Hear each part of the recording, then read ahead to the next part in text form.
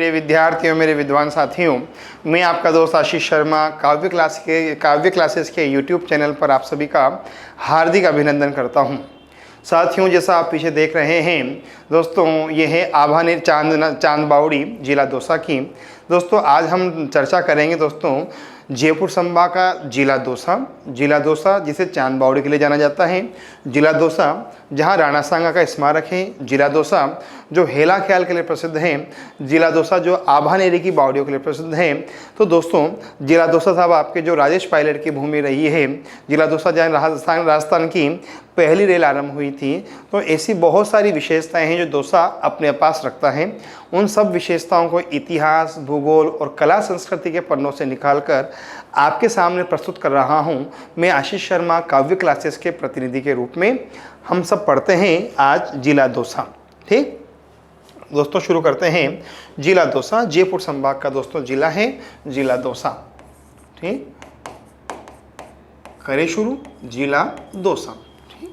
दोस्तों हम दौसा को आज कुछ नए तरीके से पढ़ेंगे, विशेषताओं को लेकर साथ साथ पढ़ते चलेंगे, फिर उन विशेषताओं की व्याख्या भी करेंगे। ठीक, अच्छा दोस्तों बात आती है साहब आपकी जो दौसा है, इस दौसा की साहब आपके पहली विशेषता क्या है? तो आप क्या बताओगे कि जो दौसा है ना, ये कछवाहा वंश की राजधानी रहा है। दोस्तों जो दौसा है, ये दौसा कछवाहा वंश की राजधानी रहा है। एकदम क्लियर, ध्यान रखना दोस्तों, जो दौसा है ये दौसा क्या है, कछवाहा वंश की राजधानी रह चुका है, पहली बात। फिर बात आती है कि जो कछवाहा वंश है ना, इस कछवाहा वंश की पहली राजधानी क्या थी? ठीक दोस्तों ध्यान रखना, जो कछवाहा वंश है, इस कछवाहा वंश की पहली राजधानी थी दौसा। कछवाहा वंश की दोस्तों दूसरी राजधानी थी खोह। क्या थी? खोह। दोस्तों कछवाहा वंश की जो तीसरी राजधानी थी ना, वो थी आमेर। क्या थी? आमेर। और दोस्तों जो कछवाहा वंश है, इसकी चौथी राजधानी था आपकी बनी थी जयपुर। ठीक, समझना, दौसा कछवाहा वंश की राजधानी रहा है। ठीक, और कछवाहा वंश की पहली राजधानी था दौसा, दूसरी था खोह, तीसरी आमेर और चौथी जयपुर। दोस्तों इन दोनों को जो था आपके राजधानी बनाया, पूछा जाएगा कि इन दोनों को, दौसा और खोह को, दोस्तों इन दोनों को साहब आपके जो राजधानी बनाया वो बनाया था तेजकर्ण ने।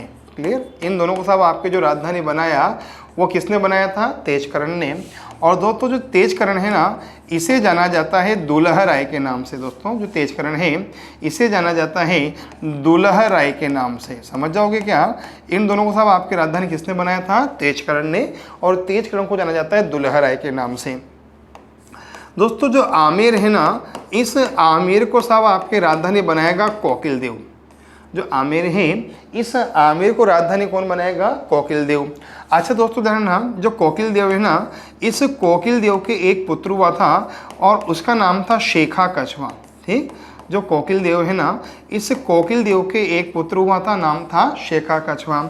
और दोस्तों इस शेखा कछवाहा को कहा जाता है शेखावाटी का संस्थापक। दोस्तों जो शेखा कछवाहा है ना, इसे कहा जाता है शेखावाटी का संस्थापक। शेखावाटी मतलब चोरू, जुन्नू और सीकर। ठीक, फिर बात आती है कि जो जयपुर है, इस जयपुर को राजधानी किसने बनाया? सब जानते हैं, सवाई जय सिंह ने। क्लियर दोस्तों, जो जयपुर है इसे राजधानी कौन बनाएगा? सवाई जय सिंह। और पूछा जाएगा कब बनाएगा? 18 नवंबर 1727 को बनाएगा। कब बनाएगा? 18 नवंबर 1727 को। ठीक, अच्छा दोस्तों ध्यान रखना, जब जयपुर को राजधानी बनाया गया था ना, तो एक यज्ञ किया गया था। जब जयपुर को राजधानी बनाया गया था तो एक यज्ञ किया गया था और उस यज्ञ का नाम था सम्राट यज्ञ। दोस्तों उस यज्ञ का नाम क्या था? सम्राट यज्ञ। और दोस्तों ये यज्ञ किया था जगन्नाथ सम्राट ने। ठीक, जब जयपुर को राजधानी बनाया गया, जयपुर की स्थापना की गई। क्लियर दोस्तों, सब आपके उस समय साहब आपके एक यज्ञ किया गया था, सम्राट यज्ञ। और दोस्तों साहब आपके ये यज्ञ साहब किया था किसने? जगन्नाथ सम्राट ने। ठीक, और पूछा जाए कि जगन्नाथ सम्राट कौन है, तो आप क्या बताओगे कि जगन्नाथ सम्राट सवाई जय सिंह के गुरु थे। समझ जाओगे दोस्तों, जो जगन्नाथ सम्राट थे ये सवाई जय सिंह के ज्योतिष गुरु थे। दोस्तों हम अगर व्याख्या से पढ़ें तो ये सवाई जय सिंह के ज्योतिष गुरु थे। समझ जाओगे कि दोस्तों अच्छी तरह। ठीक, ये कौन थे? सवाई जय सिंह के ज्योतिष गुरु। वापस मुद्दे पे आते हैं। दौसा जिला पढ़ रहे हैं। दौसा कछवा वंश की राजधानी रहा चुका है। दौसा कछवा वंश की साहब आपके 4 राजधानियां हैं, दौसा, खोह, आमेर और जयपुर। दौसा और खोह को साहब राजधानी बनाया तेजकर्ण ने या दुल्हरा ने। आमेर को बनाया कोकिल देव ने। कोकिल देव के बेटे का नाम था शेखा कछवा और शेखा कछवा के नाम पर था आपके नाम रख दिया गया शेखावाटी जयपुर जो चूरू जुनू सीकर को। ठीक, जयपुर को साहब आपके राजधानी बनाएगा सवाई जय सिंह 18 नवंबर 1727 को। जब जयपुर की स्थापना हुई तो दोस्तों उस समय एक यज्ञ किया गया था, सम्राट यज्ञ करने वाले जगन्नाथ सम्राट, और जगन्नाथ सम्राट सवाई जय सिंह के ज्योतिष गुरु कहलाते हैं। पहली बात ठीक दोस्तों ध्यान रखना, जो दौसा है ना दोस्तों, जो दौसा है ना ये साहब आपके दौसा आता था जयपुर रियासत में।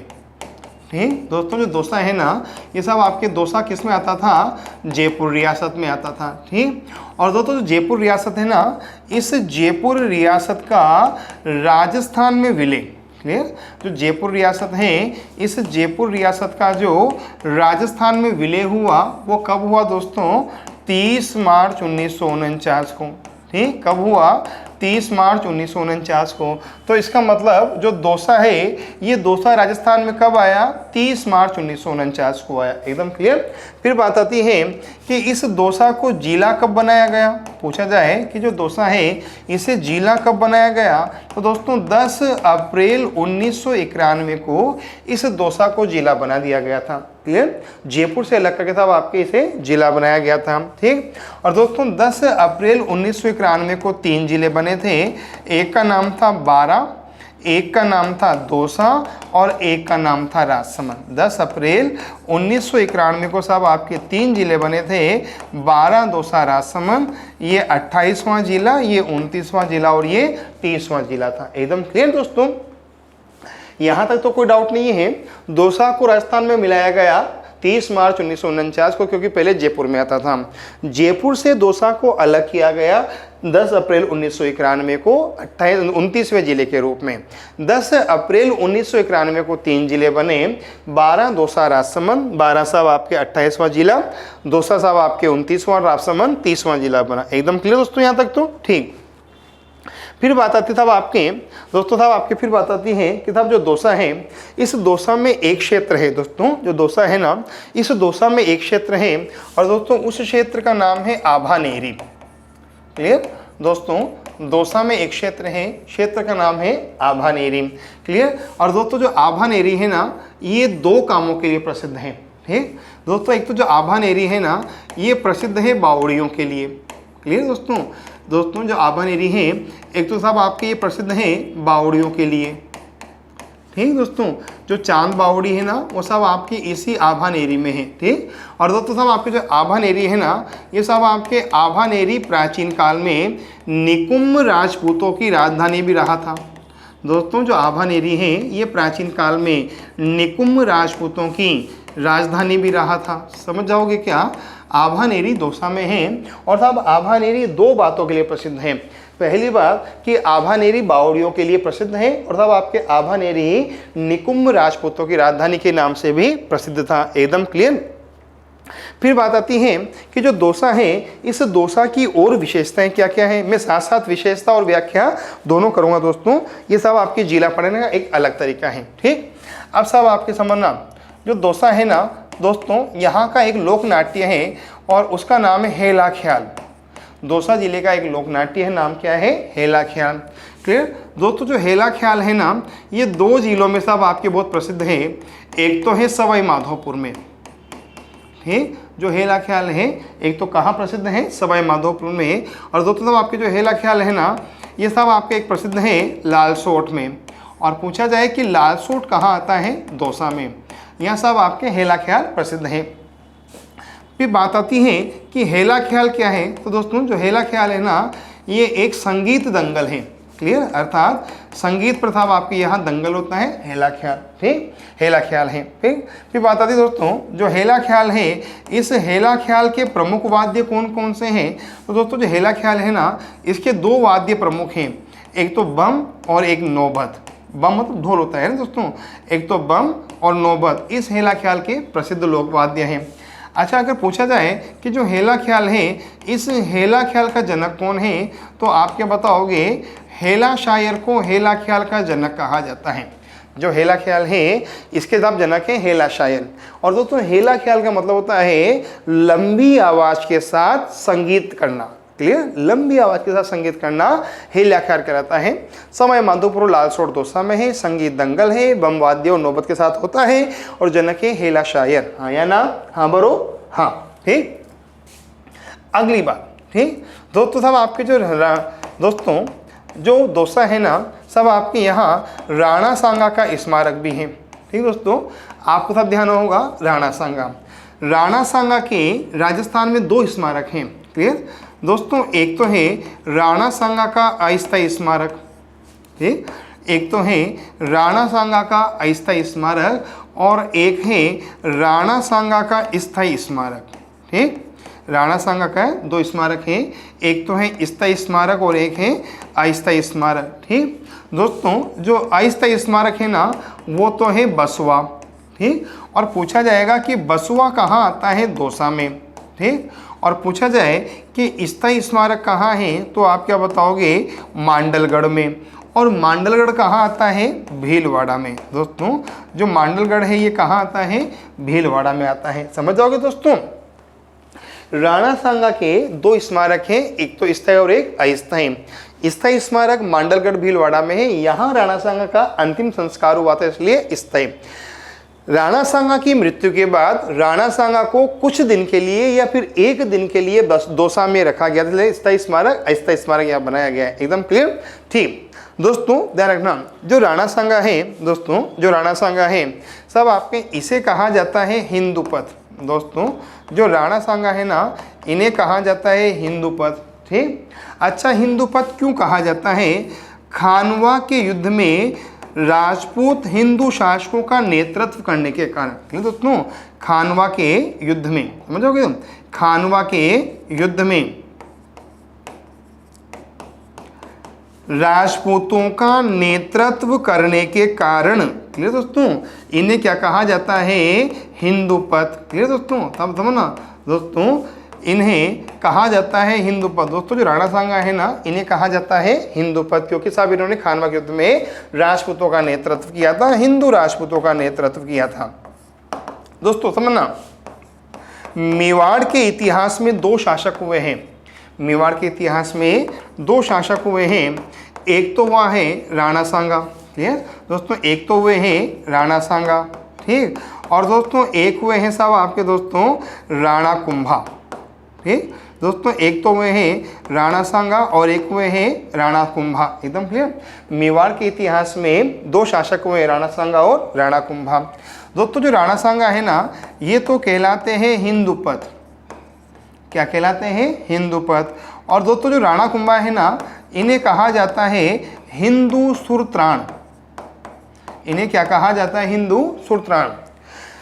मुस्लिम शासकों से हिंदुओं की रक्षा करने के कारण राणा कुंभा तो कहलाते हैं हिंदू सुरत्राण, और खानवा के युद्ध में राजपूत हिंदू शासकों का नेतृत्व करने के कारण सांगा कहलाता। आप क्या कहलाते हैं दोस्तों? आपके हिंदू पथ कहलाते हैं। एकदम क्लियर दोस्तों यहाँ तक तो? ठीक। फिर बात आती है कि साहब आपके दोसा की अन्य विशेषताएं क्या होगी। अच्छा दोस्तों यहाँ तक तो आपका एकदम क्लियर हो गया ना। ठीक, मैं दोबारा बता दूं, दोसा कछवा वंश की राजधानी है। कछवा वंश के साथ 4 राजधानियां रही थी, दोसा को, आमेर, जयपुर। ठीक, दोसा को बनाया था तेजकरण या दुल्हा राय ने, आमेर को कोकिल देव ने, कोकिल देव के पुत्र का नाम शेखा कछवा, और जयपुर को बनाया सवाई जय सिंह ने 58 नवंबर 1727 को। ये पूरी बात आपको देख लेना। ठीक, आभानेरी साहब आपके दोसा में है, जो कि बावड़ियों के लिए प्रसिद्ध है और निकुंभ राजपूतों की राजधानी रही हैं। हेला ख्याल सवाई माधोपुर लालसोट दोसा में है, संगीत दंगले वाद्य बम और नौबत के साथ किया जाता है। जनक है हेला शायर। राणा सांगा का स्थायी स्मारक तो है मांडलगढ़ और अस्थायी स्मारक है बसवा। सांगा हिंदू पथ, कुंभा हिंदू सुरत्राण क्यों बता दिया है। हाँ बरो? हाँ। ठीक, चलो आगे दोस्तों यहाँ तक तो ठीक। दोस्तों फिर हम बात करते हैं साहब आपके दोस्तों, यहाँ तक एकदम क्लियर हो गया, हेला शायल तक। ठीक, अब दोस्तों हम बात करते हैं अगली टॉपिक की। ठीक, फिर दोस्तों बात आती है कि साहब आपके जो दोसा है वो साहब आपके किसके लिए प्रसिद्ध है। ठीक, तो पूछा जाएगा कि राजस्थान का वह जिला, राजस्थान का वह जिला जो राजस्थान की राजधानी के सर्वाधिक निकट है। राजस्थान का वह जिला जो राजस्थान की राजधानी के सर्वाधिक निकट है, कौन सा होगा? दौसा। तो राजधानी के सर्वाधिक निकट जिला मुख्यालय, क्लियर? राजधानी के सर्वाधिक निकट का जिला मुख्यालय या निकट जिला मुख्यालय तब आपके कौन सा होगा? दौसा। राजधानी के सर्वाधिक निकट जिला मुख्यालय,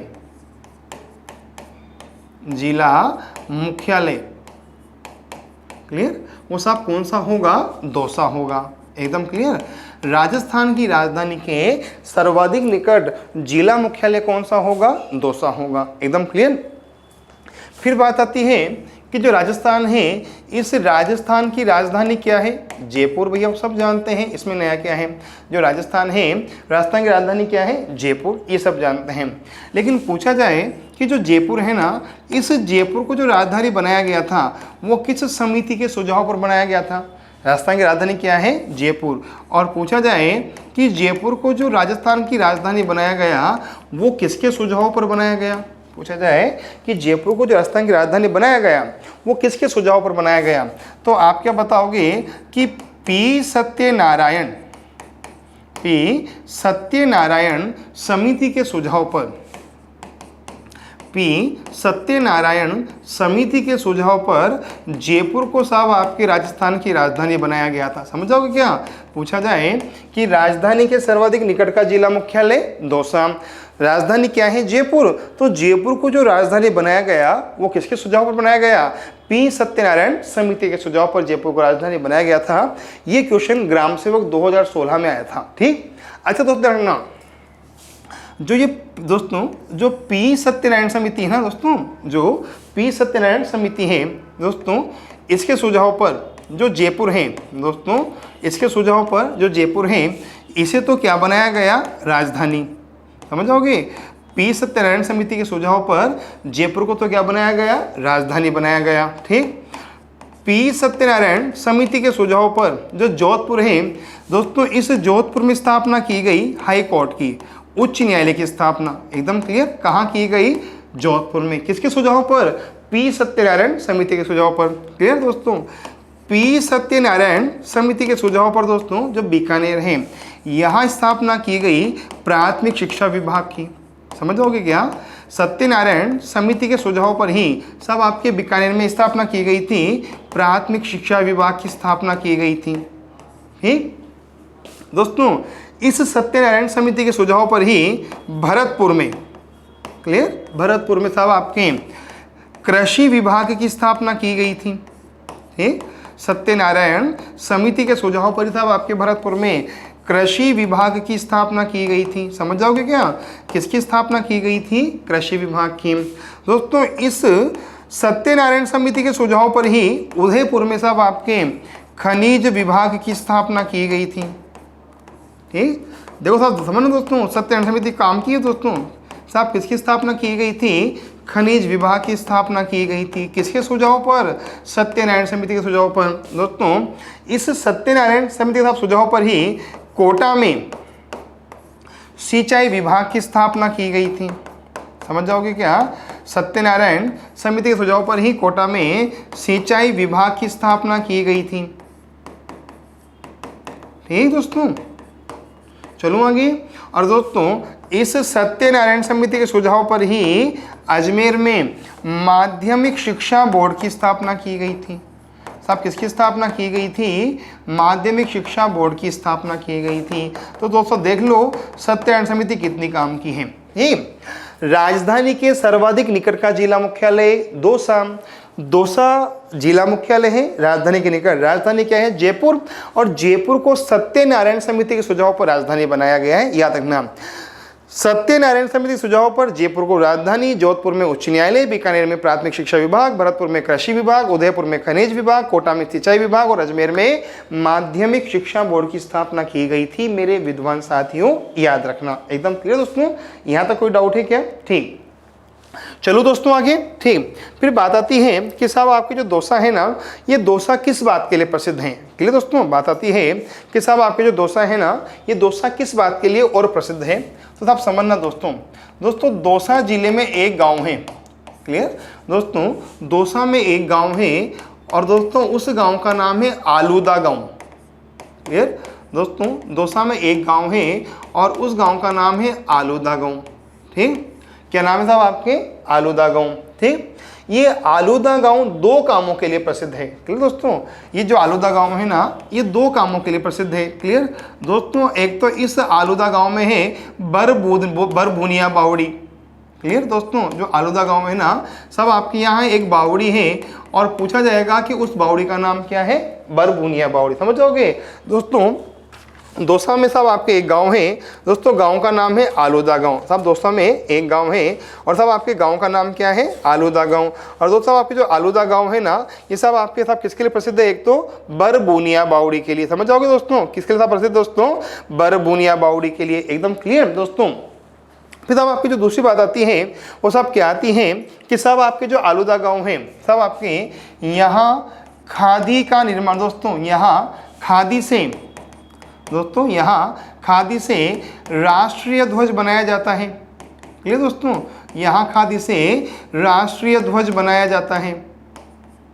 तो समझना, डोसा में गांव है आलूदा गांव और साहब आपके इस आलूदा गांव में साहब आपके एक तो बरबुनिया बावड़ी है और दोस्तों आलूदा गांव की खादी से राष्ट्रीय ध्वज बनाया जाता है। अच्छी बात है भाई। और सबसे बड़ी बात, स्वतंत्रता दिवस के अवसर पर और गणतंत्र दिवस के अवसर पर जो लाल किले पर तिरंगा फहराया जाता है ना, वो आलूदा गांव के दोस्तों, वह आलूदा गांव की खादी से निर्मित तिरंगे से ही फहराया जाता है। समझ जाओगे, आलूदा गांव में खादी से राष्ट्रीय ध्वज बनाया जाता है और दोस्तों यह ध्वज लाल किले की शोभा बढ़ाता है स्वतंत्रता और गणतंत्र दिवस के अवसर पर। समझ जाओगे दोस्तों अच्छी तरह। ठीक, आलूदा गांव में खादी से राष्ट्रीय ध्वज बनाया जाता है और ये ध्वज साहब आपके विशेष रूप से स्वतंत्रता दिवस पर आपके कहाँ फहराया जाता है, लाल किले पर। एकदम क्लियर, समझ जाना दोस्तों। अब दोस्तों अगर राष्ट्रीय ध्वज का निर्माण यहाँ किया जाता है तो थोड़ी सी बात हम साहब किसकी करते हैं, राष्ट्रीय ध्वज की। ठीक, फिर बात आती है दोस्तों जो साहब राष्ट्रीय ध्वज है ना दोस्तों, फिर बात आती है कि साहब जो राष्ट्रीय ध्वज है इस दोस्तों इसका साहब आपके जो स्वरूप है। क्लियर दोस्तों, पूछा जाएगा कि साहब आपको साहब इसका दोस्तों जो स्वरूप है वो किसने बनाया था। पूछा जाएगा कि जो राष्ट्रीय ध्वज है ना, इसका स्वरूप किसने बनाया था, तो आपके बताओगे कि दोस्तों जो राष्ट्रीय ध्वज है दोस्तों, इसका साहब आपके साहब स्वरूप बनाया था पिंकली वेंकैया ने। पूछा जाएगा कि राष्ट्रीय ध्वज का स्वरूप किसने तैयार किया था, पिंकली वेंकैया ने तैयार किया था। एकदम क्लियर, पहली बात। फिर बात आती है कि संविधान सभा के द्वारा राष्ट्रीय ध्वज को कब स्वीकार किया गया। संविधान सभा के द्वारा राष्ट्रीय ध्वज को कब स्वीकार किया गया, तो आप क्या बताओगे कि 22 जुलाई 1947 को किया गया। कब किया गया, 22 जुलाई 1947 को किया गया। एकदम क्लियर, दो बातें। फिर बात आती है कि साहब आपके जो राष्ट्रीय ध्वज है दोस्तों, जो राष्ट्रीय ध्वज है इसे किस समिति के सुझाव पर स्वीकार किया गया। पूछा जाए कि जो राष्ट्रीय ध्वज है इसे किस समिति के सुझाव पर स्वीकार किया गया, तो आप क्या बताओगे, आचार्य जे.बी. कृपलानी। आचार्य जे.बी. कृपलानी समिति के सुझाव पर। क्लियर, आचार्य जे.बी. कृपलानी समिति के सुझाव पर साहब आपके दोस्तों तिरंगे को राष्ट्रीय ध्वज के रूप में स्वीकार किया गया है। ठीक, ये जे.बी. कृपलानी साहब आपके दो जगह काम आएंगे। ठीक, एक तो ये झंडा समिति के अध्यक्ष थे दोस्तों, एक तो साहब आपके ये क्या थे, झंडा समिति के अध्यक्ष थे। समझोगे दोस्तों, जब संविधान सभा का निर्माण हुआ तो तब आपके उसमें एक समिति था झंडा समिति, और दोस्तों जो झंडा समिति है ना, इस झंडा समिति का आपके अध्यक्ष कौन थे, जे.बी. कृपलानी। एक तो बात ये हुई साहब। दूसरी बात पूछा जाए क्या हुई, तो दोस्तों आज़ादी के समय कांग्रेस के अध्यक्ष। पूछा जाएगा कि आज़ादी के समय कांग्रेस के अध्यक्ष कौन थे, जे.बी. कृपलानी। पूछ लिया जाए कि आज़ादी के समय कांग्रेस के अध्यक्ष कौन थे, तो आप क्या बताओगे कि जब भारत आज़ाद हुआ उस समय कांग्रेस के अध्यक्ष कौन थे? JB कृपलानी थे। समझ जाओगे क्या? ठीक। अगली बात दोस्तों, फिर बात आती है कि साहब आपके दोस्तों सब प्रश्न उठता है कि साहब आपकी जो तिरंगा है ना, ये सब आपकी इसका अनुपात क्या होता है? ठीक, बात आती है कि साहब जो तिरंगा है ना, इसका अनुपात कितना होता है? 3:2। ठीक, पूछ लिया जाए कि साहब जो तिरंगा है इस तिरंगे में कितनी तीलियां होती हैं? पूछा जाए कि इस तिरंगे में कितनी तीलियां होती हैं? 24 तीलियां होती हैं। ठीक, और दोस्तों देखना, 2 तीलियों के बीच में पूछा जाएगा कि 24 तीलियां होती हैं, और साहब आपकी जो 2 तीलियां होती हैं, इन 2 तीलियों के साथ आपके बीच में 15 डिग्री का कोण बनता है। समझे दोस्तों, जैसे जो 2 तीलियां होती हैं, इन 2 तीलियों के बीच में कितने डिग्री का कोण बनता है? 15 डिग्री का कोण बनता है। सब जैसा ना ये तीलियां हो गई, तो सब आपकी जो 2 तीलियां हैं यहाँ कितना कोण बनेगा? 15 डिग्री का। ध्यान रखना दोस्तों। ठीक, ये था थोड़ी सी रीजनिंग की बात कर ली थी मैंने। ठीक, पहली बात। दोस्तों अगली बात, पूछा जाए कि आज़ादी से पूर्व सबसे पहले राष्ट्रीय ध्वज किसने फहराया था? ठीक, पूछा जाए कि आज़ादी से पूर्व सर्वप्रथम राष्ट्रीय ध्वज किसने फहराया था? ठीक, आज़ादी से पूर्व सर्वप्रथम भारत के बाहर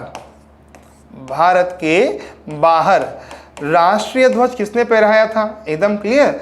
पूछा जाए कि आज़ादी से पूर्व भारत के बाहर राष्ट्रीय ध्वज किसके द्वारा फहराया गया था? राष्ट्रीय ध्वज किसके द्वारा फहराया गया था?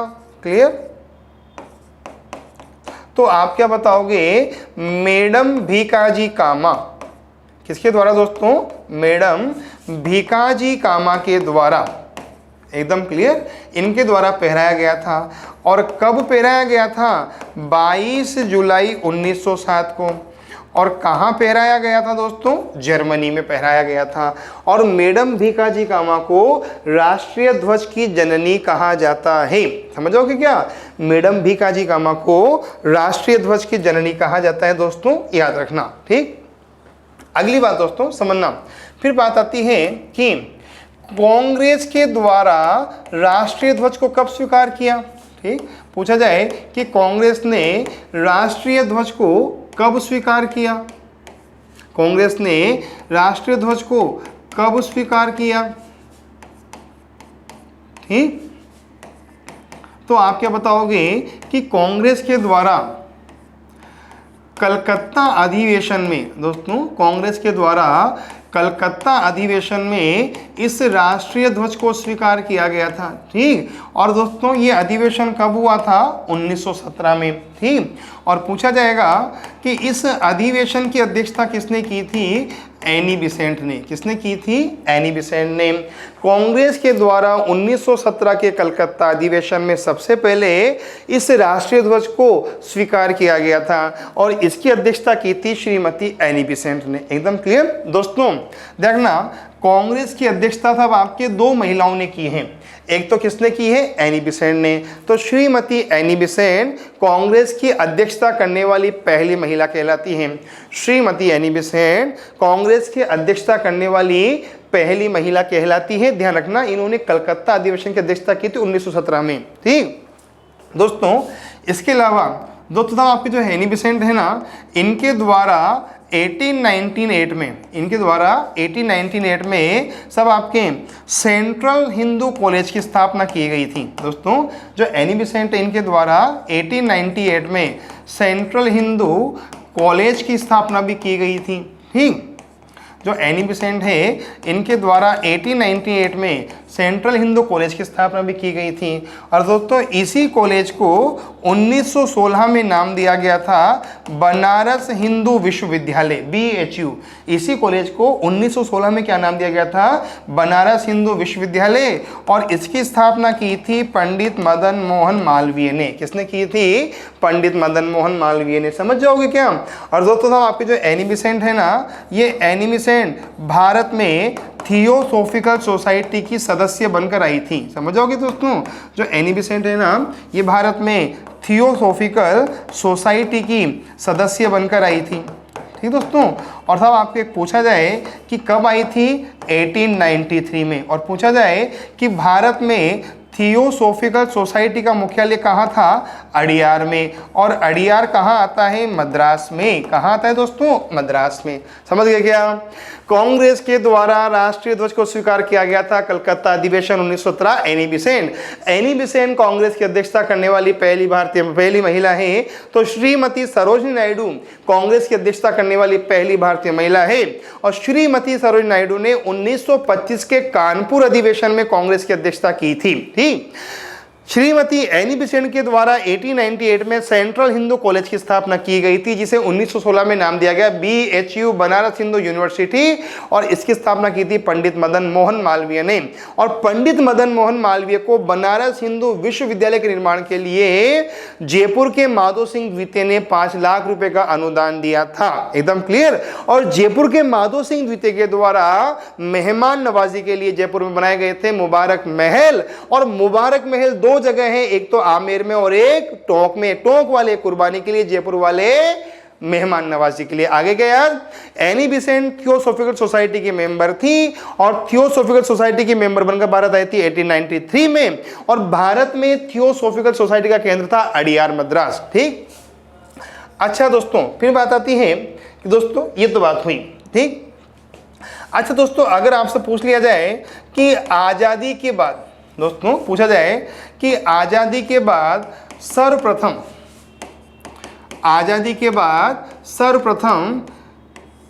राष्ट्रीय ध्वज को किसने फहराया था? पूछा जाए कि आजादी के बाद राष्ट्रीय ध्वज को सर्वप्रथम किसने फहराया था?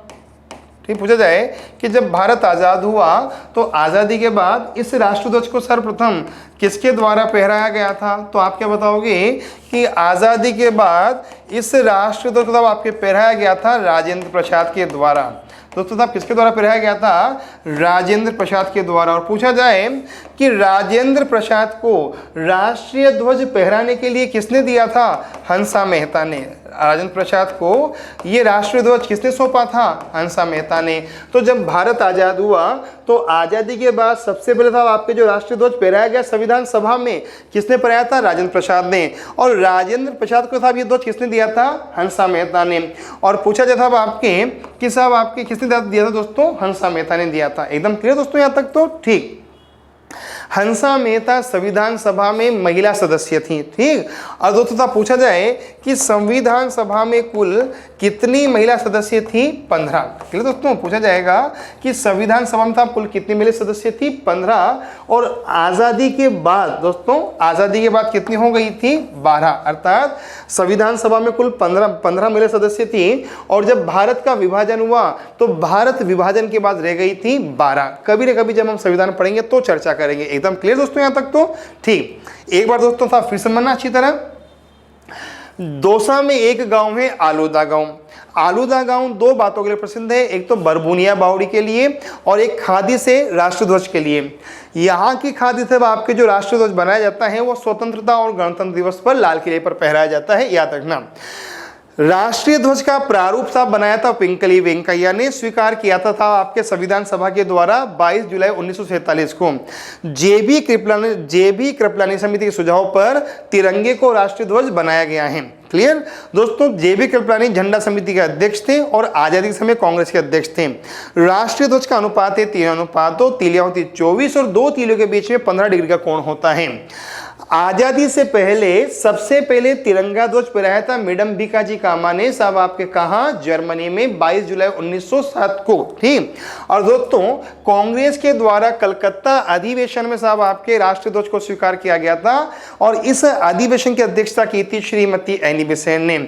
श्रीमती एनी बेसेंट के द्वारा साहब आपके सेंट्रल हिंदू कॉलेज की स्थापना की गई थी और सेंट्रल हिंदू कॉलेज को कहा जाता है BHU, जिसकी स्थापना की थी मदन मोहन मालवीय ने। और मदन मोहन मालवीय को BHU की स्थापना के लिए 5 लाख रुपए दिए थे माधो सिंह ने, जिन्होंने मुबारक महल बनाया था मेहमान नवाजी के लिए। श्रीमती एनी बेसेंट कांग्रेस की अध्यक्षता करने वाली पहली महिला है, तो श्रीमती सरोजिनी नायडू कांग्रेस की अध्यक्षता करने वाली पहली भारतीय महिला है। और श्रीमती सरोजिनी नायडू ने 1925 के कानपुर अधिवेशन की अध्यक्षता की थी और श्रीमती साहब सरोजिनी नायडू दोस्तों आपके संविधान निर्माण सभा की मेंबर भी थी। ठीक। अगली बात, और दोस्तों श्रीमती साहब सरोजिनी नायडू है, इन्हें आजाद भारत की पहली महिला राज्यपाल कहा जाता है यूपी की। ठीक। अच्छा दोस्तों, आजादी के बाद सबसे पहले जो राष्ट्रीय ध्वज था वो फहराया था राजेंद्र प्रसाद ने, और राजेंद्र प्रसाद को साहब आपके ये ध्वज दिया था हंसा मेहता ने। हंसा मेहता संविधान निर्माण सभा में थी, और संविधान निर्माण सभा में कुल 15 महिलाएं थी, और भारत के विभाजन के बाद 12 हो गई थी। ठीक। और इन 12 महिलाओं में एक मुस्लिम महिला थी, नाम था बेगम एयाज रसूल। समझ जाओगे क्या? एक महिला थी, 12 में से 11 तो थी हिंदू थी, और इन 12 में से एक थी साहब आपके मुस्लिम, नाम था बेगम एयाज रसूल। जब कभी संविधान पढ़ेंगे तब ज्यादा चर्चा करेंगे दोस्तों, आज दोस्तों चर्चा नहीं करेंगे। एकदम क्लियर दोस्तों? अच्छा दोस्तों साहब आपके यहां तक कोई डाउट है क्या भैया? ठीक। अगर दोस्तों आप यहाँ तक कोई डाउट नहीं हो तो हम आगे चलते हैं। एकदम क्लियर। फिर साहब आपकी बात आती है कि साहब आपके जो दौसा है ना दोस्तों, जो दौसा है, इस दौसा का जनसंख्या घनत्व कितना है? समझो दोस्तों, जो दौसा है, इस दौसा का जनसंख्या घनत्व कितना है? ठीक दोस्तों, पूछा जाएगा कि जो दौसा है, इस दौसा का जनसंख्या घनत्व कितना है? तो आप क्या बताओगे कि जो दौसा है ना, इसका साहब आपके साथ जो जनसंख्या घनत्व है वो है 476। जो दौसा है, इस दौसा का जनसंख्या घनत्व कितना है? 476। ठीक। और जनसंख्या घनत्व की दृष्टि से दोस्तों दौसा राजस्थान का तीसरा सबसे बड़ा जिला है। समझ जाओगे क्या? जनसंख्या घनत्व की दृष्टि से दौसा राजस्थान का तीसरा सबसे बड़ा जिला है। समझ जाओगे क्या दोस्तों? दौसा जिले का साहब आपके जनसंख्या घनत्व कितना है? 476। ठीक। और जनसंख्या घनत्व की दृष्टि से जो दौसा है ना, ये राजस्थान का साहब क्या है दोस्तों? सबसे बड़ा जिला है। एकदम क्लियर। फिर बात आती है कि साहब आपके जनसंख्या साहब आपके साहब दोस्तों पे बात आती है साहब, जो जनसंख्या घनत्व है इसमें साहब आपके कौन कौन साहब आपके जिले आते हैं? ठीक साहब, समझना, देखिए दोस्तों, समझना, ये नोट दोस्तों, समझना। अगर दोस्तों पूछ लिया जाए कि राजस्थान में सर्वाधिक जनसंख्या घनत्व वाले 5 जिले कौन से हैं? ठीक है दोस्तों, पूछा जाए कि राजस्थान में सर्वाधिक जनसंख्या घनत्व वाले 5 जिले कौन कौन से हैं? राजस्थान में सर्वाधिक जनसंख्या घनत्व वाले 5 जिले कौन कौन से हैं? तो आप क्या बताओगे कि एक जिले का नाम है जयपुर। क्या नाम है? जयपुर। दोस्तों नंबर 2 पे है भरतपुर, नंबर 2 पे है भरतपुर, नंबर 3 पर है दौसा, नंबर 1 पर था क्या है? जयपुर, नंबर 2 पर है भरतपुर, नंबर 3 पर है दौसा, नंबर 4 पर है अलवर, और दोस्तों नंबर 5 पे है धौलपुर। समझोगे दोस्तों, आपके राजस्थान में सर्वाधिक जनसंख्या घनत्व वाले जिले कौन कौन से हैं? 5, जयपुर, भरतपुर, दौसा, अलवर और दोस्तों धौलपुर। अच्छा दोस्तों समझना, ये सभी जिले पूर्वी राजस्थान में आते हैं, तो इसका मतलब राजस्थान में सर्वाधिक जनसंख्या घनत्व पूर्वी राजस्थान में होगा, क्योंकि पूर्वी राजस्थान मैदानी भाग है, तो अधिकांश जनसंख्या घनत्व ज़्यादा वहाँ होगा जहाँ मैदानी भाग होंगे। समझ जाओगे क्या? जनसंख्या घनत्व साहब आपके वहीं ज़्यादा होगा साहब जहाँ मैदानी भाग होंगे। समझ जाओगे कि दोस्तों पूछा जाएगा कि साहब जो जनसंख्या घनत्व है वो सर्वाधिक कहाँ होगा? तो दोस्तों वहीं होगा जहाँ साहब आपके क्या होंगे? मैदानी भाग होंगे। समझ जाओगे कि दोस्तों? यहाँ तक साहब आपके कोई डाउट? ठीक। फिर बात आती है कि साहब आपके जो जयपुर है, इस जयपुर का साहब आपके जनसंख्या घनत्व कितना है? तो आप क्या बताओगे? जयपुर का 595, भरतपुर का 503, दौसा का 476। तब आपके समझ जाओगे दोस्तों, जो साहब कितना दोस्तों आपके 476। ठीक। फिर साहब आपकी बात आती है कि साहब आपके जो साहब अलवर है साहब आपके साहब इसका कितना है? 436, और साहब आप 438 दोस्तों, जो अलवर है ना इसका साहब 438। ठीक। और पूछा जाएगा कि धौलपुर का कितना है? 398। समझोगे क्या?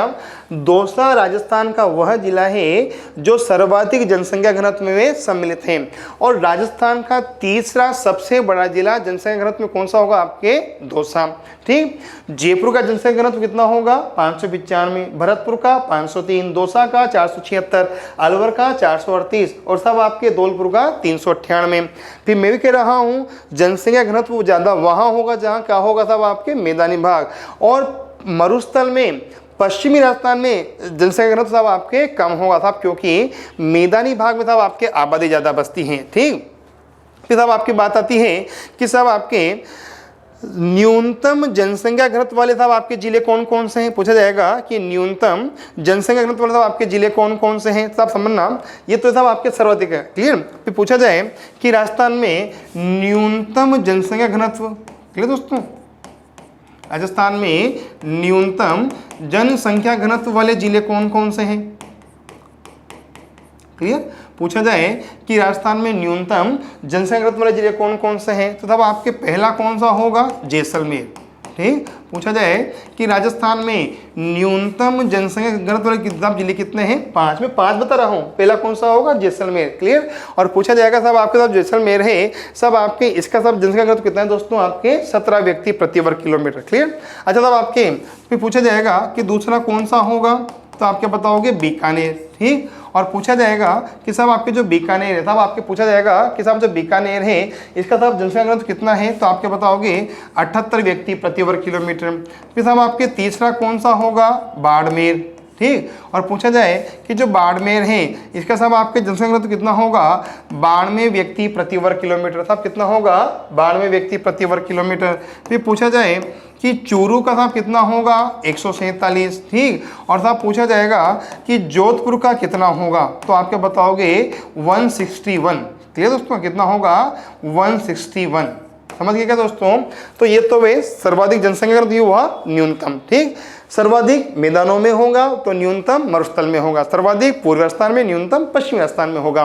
तो दौसा राजस्थान का वो जिला है जो जनसंख्या घनत्व की दृष्टि से राजस्थान का तीसरा सबसे बड़ा जिला है, समझ जाओगे दोस्तों। आज हम पढ़ते हैं जिला दौसा की भौगोलिक विशेषताएं, ठीक दोस्तों। जो आज हम पढ़ेंगे वो पढ़ेंगे जिला दौसा की भौगोलिक विशेषताएं, ठीक दोस्तों, यहाँ तक तो ठीक। अब जिला दौसा की अगर दोस्तों हम भौगोलिक विशेषताओं की चर्चा करते हैं तो सबसे पहले बात आती है कि जो जिला दौसा है ना वो राजस्थान के किस क्षेत्र में है। सबसे पहले बात आती है कि जो जिला दौसा है वो राजस्थान के किस क्षेत्र में है। तो पूछा जाएगा आपसे कि दौसा की भौगोलिक स्थिति क्या है, ठीक। पूछा जाएगा कि दौसा की भौगोलिक स्थिति क्या है, तो आप क्या बताओगे कि जो दौसा है ना ये पूर्वी राजस्थान के मध्य में स्थित है, एकदम क्लियर। पूछा जाएगा कि जो दौसा है इस दौसा की भौगोलिक स्थिति क्या है, तो आप क्या बताओगे कि जो दौसा है ये पूर्वी राजस्थान के मध्य में स्थित एक जिला है। समझ जाओगे क्या। क्वेश्चन नंबर 1 कि दौसा की भौगोलिक स्थिति क्या है, तो आप क्या बताओगे कि साहब दौसा आपके पूर्वी राजस्थान के मध्य में स्थित एक जिला है, ठीक। अच्छा दोस्तों, फिर बात आए कि जो दौसा है इस दौसा का अक्षांशीय विस्तार कितना है। पूछ लिया जाए कि दौसा का अक्षांशीय विस्तार कितना है, तो आप क्या बताओगे 25 डिग्री 33 मिनट से लेकर 27 डिग्री 33 मिनट उत्तरी अक्षांश, ठीक। 25 डिग्री 33 मिनट से लेकर 27 डिग्री 33 मिनट उत्तरी अक्षांश, ये सब आपके दौसा का अक्षांशीय विस्तार है, एकदम क्लियर दोस्तों।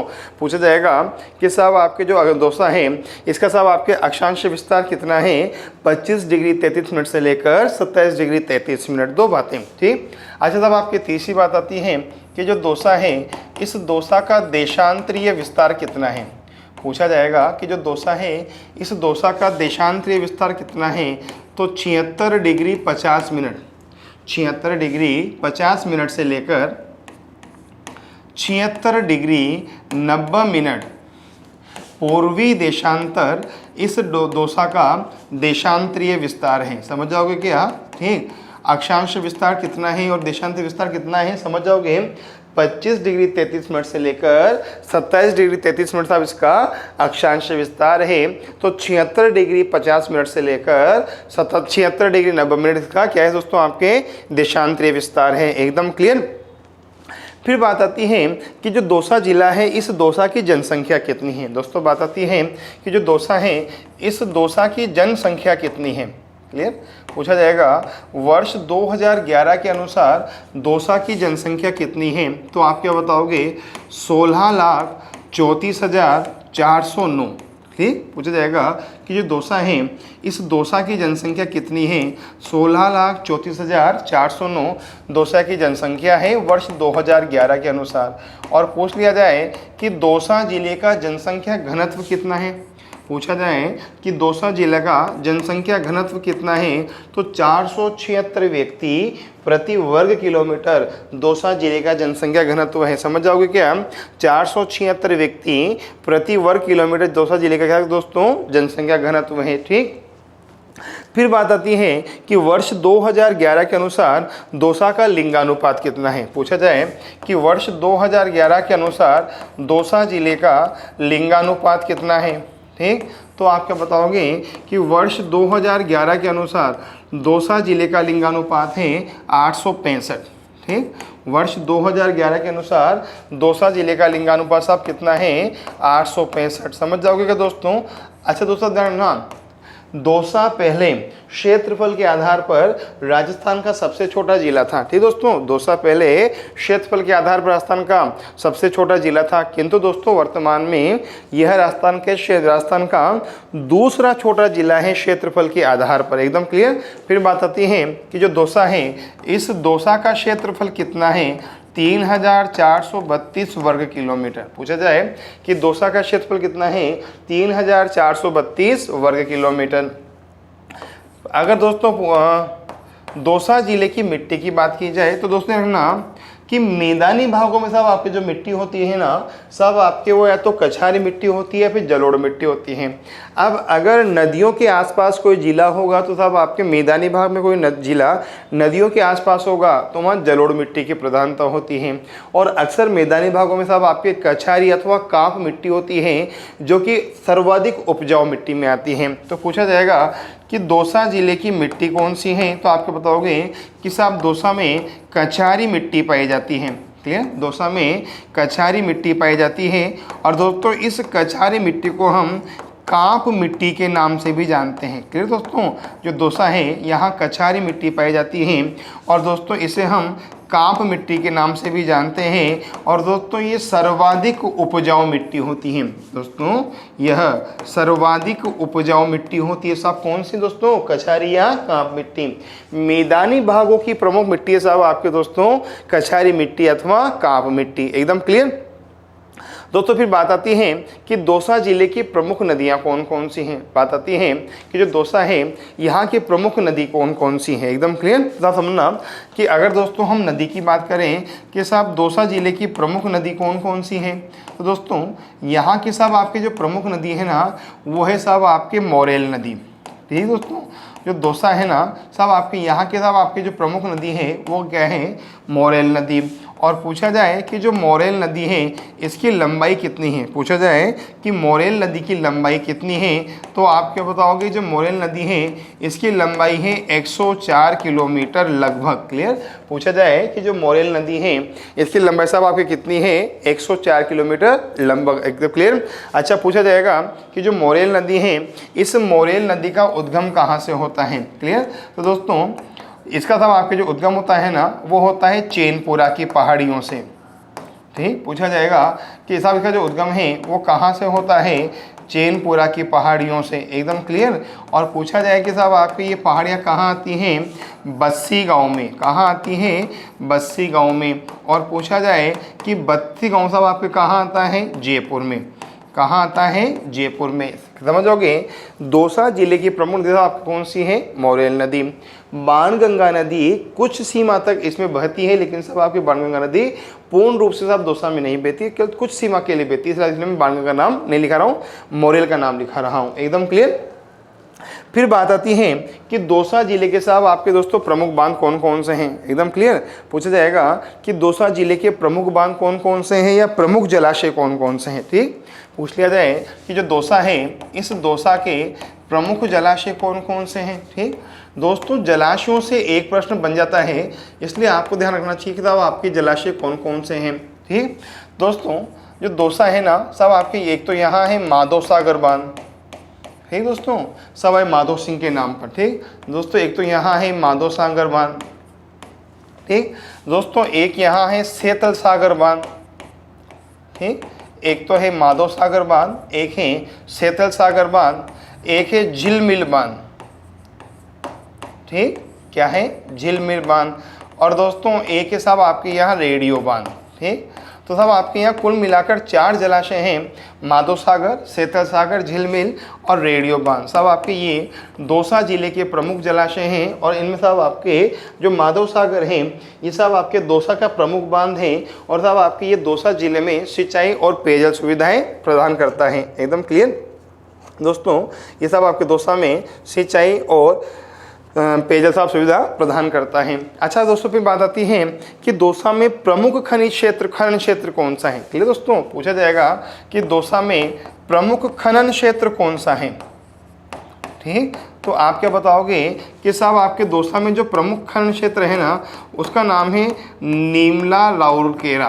क्लियर दोस्तों, यहाँ जो प्रमुख खनन क्षेत्र है उसका नाम है नीमला राउरकेला और दोस्तों ये लौह अयस्क के उत्पादन के लिए जाना जाता है। एकदम क्लियर दोस्तों, ये लौह अयस्क के उत्पादन के लिए जाना जाता है। दोस्तों ये आप विशेष रूप से ध्यान रखना। ठीक दोस्तों, नीमला राउरकेला के साहब आपके जो खाने वो दौसा में है और साहब आपके ये लौह अयस्क के लिए प्रसिद्ध हैं।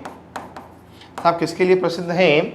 लौह अयस्क के लिए प्रसिद्ध साहब आपके क्या नीमला राउरकेला के खाने। एकदम क्लियर दोस्तों।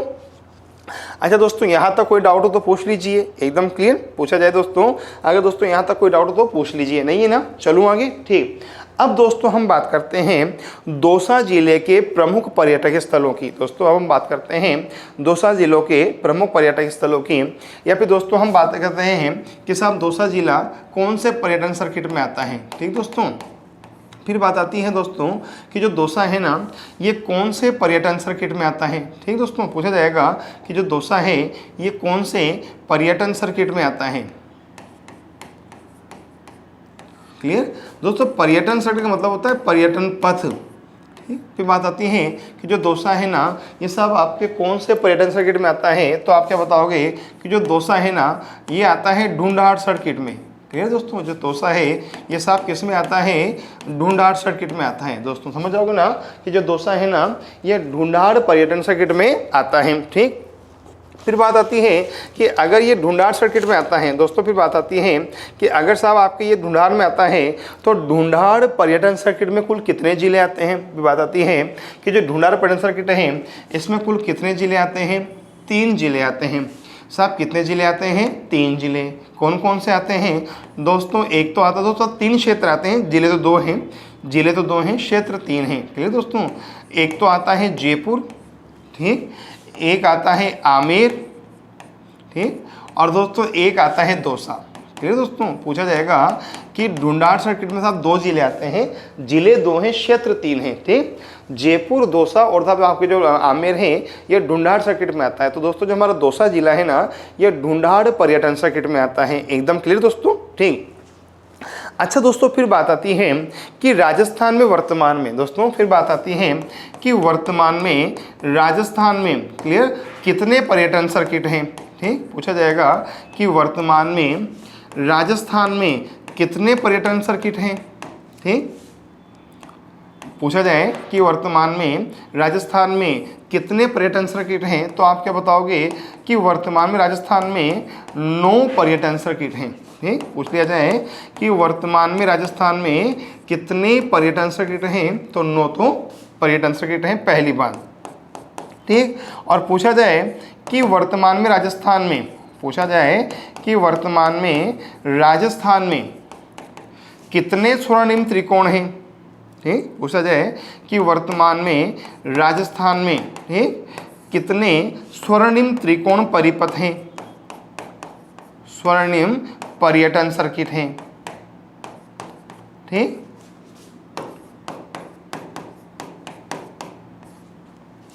तो आप क्या बताओगे कि वर्तमान आपके राजस्थान में 2 स्वर्णिम त्रिकोण पर्यटन सर्किट हैं। 9 तो हैं पर्यटन सर्किट और साहब आपके 2 हैं साहब आपके स्वर्णिम त्रिकोण पर्यटन सर्किट। समझ जाओगे क्या? दौसा आता है ढूंढाड़ सर्किट में। ढूंढाड़ में साहब 2 जिले हैं, जयपुर दौसा। ठीक, क्षेत्र हैं 3 आमेर। ठीक, फिर बात आती है कि साहब आपके वर्तमान साहब राजस्थान में कितने पर्यटन सर्किट हैं, तो आप क्या बताओगे? 9 हैं। कितने साहब आपके? 9 हैं। ठीक, फिर बात आती है कि वो 9 कौन कौन से हैं दोस्तों। फिर बात आती है कि वो 9 कौन कौन से हैं। ठीक, तो आप समझना दोस्तों, जो पहला पर्यटन सर्किट है दोस्तों, जो पहला पर्यटन सर्किट है, ठीक दोस्तों, उसका नाम है साहब आपके मरु त्रिकोण। क्लियर? पूछा जाए कि जो पहला पर्यटन सर्किट है उसका नाम क्या है? मरु त्रिकोण। और पूछा जाए कि मरु त्रिकोण में साहब आपके कौन कौन से जिले आते हैं, ठीक है दोस्तों, पूछा जाएगा कि मरु त्रिकोण में साहब आपके कौन कौन से जिले आते हैं, तो आप क्या बताओगे कि मरु त्रिकोण में साहब आपके एक तो आता है जैसलमेर, ठीक, एक आता है जोधपुर, ठीक, एक तो आता है जैसलमेर, एक आता है जोधपुर, एक आता है बीकानेर, ठीक, और दोस्तों एक आता है बाड़मेर। समझ जाओगे क्या? पूछा जाएगा कि साहब आपके पहला पर्यटन सर्किट कौन सा हुआ? मरु त्रिकोण। और मरु त्रिकोण में साहब कितने जिले आते हैं? 4, जैसलमेर, जोधपुर, बीकानेर और बाड़मेर। एकदम क्लियर? फिर बात आती है कि दूसरा सर्किट कौन सा हुआ? फिर बात आती है कि दूसरा सर्किट कौन सा हुआ, तो आप क्या बताओगे? शेखावाटी सर्किट। क्लियर? तब आपके दूसरा कौन सा होगा? शेखावाटी सर्किट, ठीक। और पूछा जाएगा कि शेखावाटी सर्किट में साहब कितने जिले आते हैं? 2 आते हैं, एक तो है साहब सीकर और एक है झुंझुनू। क्लियर? तो पूछा जाएगा कि साहब शेखावाटी सर्किट में कितने जिले आते हैं? 2, सीकर और झुंझुनू। दोस्तों फिर बात आती है कि तीसरा कौन सा होगा, तो आप क्या बताओगे? ढूंढाड़ सर्किट। तीसरा कौन सा होगा? ढूंढाड़ सर्किट। और पूछा जाएगा कि साहब इसमें कितने जिले आते हैं? 2, दौसा, जयपुर, ठीक। और दोस्तों क्षेत्र होते हैं 3, और साहब आपके तीसरे का नाम क्या होगा? आमेर। समझ जाओगे कि यहाँ मरु में 4 है, जैसलमेर, जोधपुर, बीकानेर, बाड़मेर, दौसा में साहब आपके दोस्तों ढूंढाड़ में 3 है, और साहब आपके शेखावाटी में 2 जिले आते हैं। एकदम क्लियर? फिर बात आती है कि अगला सर्किट कौन सा होगा, तो दोस्तों आपके जो चौथा पर्यटन सर्किट होगा ना दोस्तों, उसे कहा जाता है ब्रज सर्किट, ब्रज या मेवात सर्किट, ठीक, ब्रज या फिर मेवात सर्किट कहा जाता है, ठीक। और पूछा जाए कि साहब इसमें कितने जिले आते हैं? 4, ठीक। कौन कौन से आते हैं? अलवर, भरतपुर, ठीक, सवाई माधोपुर, अलवर, भरतपुर, सवाई माधोपुर और टोंक। क्लियर दोस्तों? अलवर, भरतपुर, सवाई माधोपुर और टोंक सभी किस में आते हैं? आपके ब्रज अथवा मेवात सर्किट में आते हैं। एकदम क्लियर? फिर बात आती है कि अगला कौन सा होगा, तो दोस्तों जो अगला होगा ना वो आता है सब आपके हाड़ौती सर्किट, ठीक। पूछा जाएगा कि अगला कौन सा होगा? हाड़ौती सर्किट, ठीक। और पूछा जाए कि हाड़ौती सर्किट में सब कितने जिले हैं? 4। कौन कौन से? कोटा, बूंदी, 12, ठीक, कोटा, बूंदी, 12 और झालावाड़। दोस्तों ये किस में आते हैं सब? आपके हाड़ौती सर्किट में। समझ जाओगे? मरु त्रिकोण, शेखावाटी, ढूंढाड़, ब्रज सर्किट और हाड़ौती सर्किट सब आपके। एकदम क्लियर? फिर साहब आपकी बात आती है कि साहब अगला कौन सा होगा, तो साहब आपके बताओगे कि साहब जो अगला होगा ना वो सब होगा साहब आपके दोस्तों, जो अगला होगा साहब आपके उसे कहा जाता है दोस्तों, ठीक। समझो दोस्तों, जो अगला है ना दोस्तों इसे कहा जाता है मेड़ता सर्किट। एकदम क्लियर दोस्तों? इसे कहा जाता है मेड़ता सर्किट, ठीक। सब आपके क्या कहा जाता है? मेड़ता सर्किट। और पूछा जाएगा कि इस मेड़ता सर्किट में कौन कौन आता है, तो दोस्तों एक तो आएगा मेड़ता, क्या आएगा? मेड़ता, एक आएगा नागौर। एकदम क्लियर? पूछा जाए दोस्तों जो मेड़ता सर्किट है सब आपके इसमें क्या आता है? एक तो आता है मेड़ता, एक आता है नागौर, ठीक। अच्छा दोस्तों इसमें एक जिला और आता है, उसका नाम है अजमेर। दोस्तों इसमें एक जिला और आता है, नाम है अजमेर। और दोस्तों अजमेर में एक क्षेत्र है, नाम है पुष्कर। दोस्तों अजमेर, पुष्कर, नागौर और मेड़ता सब कहा जाता है मेड़ता सर्किट कहा जाता है। एकदम क्लियर? दोस्तों ये ध्यान रखना, जो सब मेड़ता सर्किट है ना दोस्तों, जो मेड़ता सर्किट है इसका एक नाम और है। एकदम क्लियर दोस्तों? जो मेड़ता सर्किट है ना इसका एक नाम और है। और दोस्तों कभी कभी वो नाम पूछ लिया भी जाए तो पता होना चाहिए, मेड़वाड़ा सर्किट। क्लियर दोस्तों? क्या नाम होगा? मेड़वाड़ा सर्किट। क्लियर? अच्छा दोस्तों फिर बात आती है कि साहब अगला सर्किट कौन सा होगा, फिर बात आती है कि अगला सर्किट कौन सा होगा, तो आप क्या बताओगे? मेवाड़ सर्किट। कौन सा होगा दोस्तों? मेवाड़ सर्किट। और पूछा जाएगा कि इसमें कितने जिले आते हैं? 3।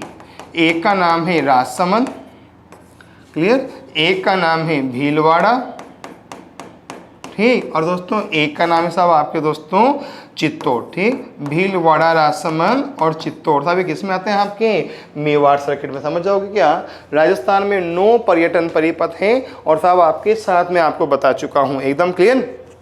फिर बात आती है कि और साहब कौन सा होगा, तो साहब क्या बताओगे कि दोस्तों जो अगला है ना साहब आपके, उसका नाम है गोडवाड़ सर्किट। साहब आपके क्या नाम है, गोडवाड़ सर्किट। और पूछा जाएगा कि साहब आपके जो गोडवाड़ सर्किट हैं इसमें कितने जिले आते हैं या क्षेत्र कितने आते हैं, ठीक। ये गोडवाड़ सर्किट, ठीक। दोस्तों गोडवाड़ मतलब लूनी नदी का प्रवाह क्षेत्र, तो पाली, सिरोही और जालोर, पाली, सिरोही और जालोर सब किस में आते हैं दोस्तों, ये गोडवाड़ सर्किट में। समझ जाओगे क्या दोस्तों, ठीक। फिर बात आती है कि एक सर्किट तो दोस्तों और बचा, दोस्तों एक और बचा। मैं साहब आपके एक सर्किट का नाम लिख रहा हूँ और साहब आपके उसका नाम है Vagad circuit, Vagad circuit, clear. क्या नाम है दोस्तों, वागड़ सर्किट। और पूछा जाए इसमें साहब कितने जिले हैं, 2। एक का नाम है डूंगरपुर और एक का नाम है बांसवाड़ा।